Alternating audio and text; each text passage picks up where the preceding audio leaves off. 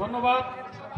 ইতিপূর্বে আমাদের নেতা, আমাদের আস্থা ভালোবাসা উত্তর অঞ্চলে গিয়েছিলাম, রাজশাহী, রংপুর, বগুড়া, সিরাজগঞ্জ, তারপর কালকেও 5টা স্পটে ওনার সাথে প্রোগ্রাম করার সৌভাগ্য হয়েছে।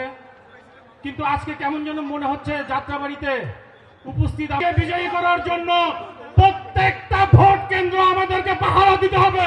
প্রস্তুত আছেন? বাংলাদেশের গণতন্ত্র নিয়ে, ধানের শীষ নিয়ে দিন ঘটিয়ে এই পর্যায়ে বক্তব্য রাখবেন জাতীয়তাবাদী ছাত্রদল ঢাকা মহানগর দক্ষিণের সংগ্রামী সভাপতি।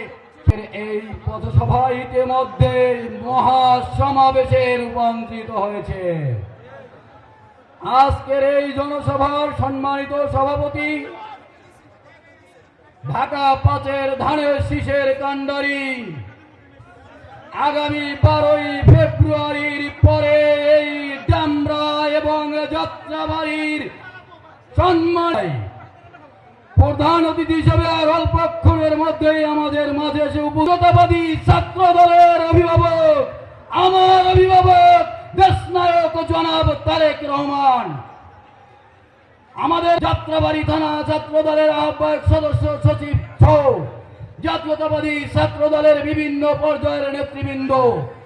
আর যক্ষু নির্বাচনের কথা, আরে নীল খেতে ডাকছু আর যক্ষুর ব্যালট পেপার ছাপিয়ে ডাকছু আর যক্ষুর বিপি নির্বাচিত হওয়া যায়, কিন্তু বাংলাদেশের কোন নির্বাচনী আসনে এমপি নির্বাচিত হওয়া যাবে না।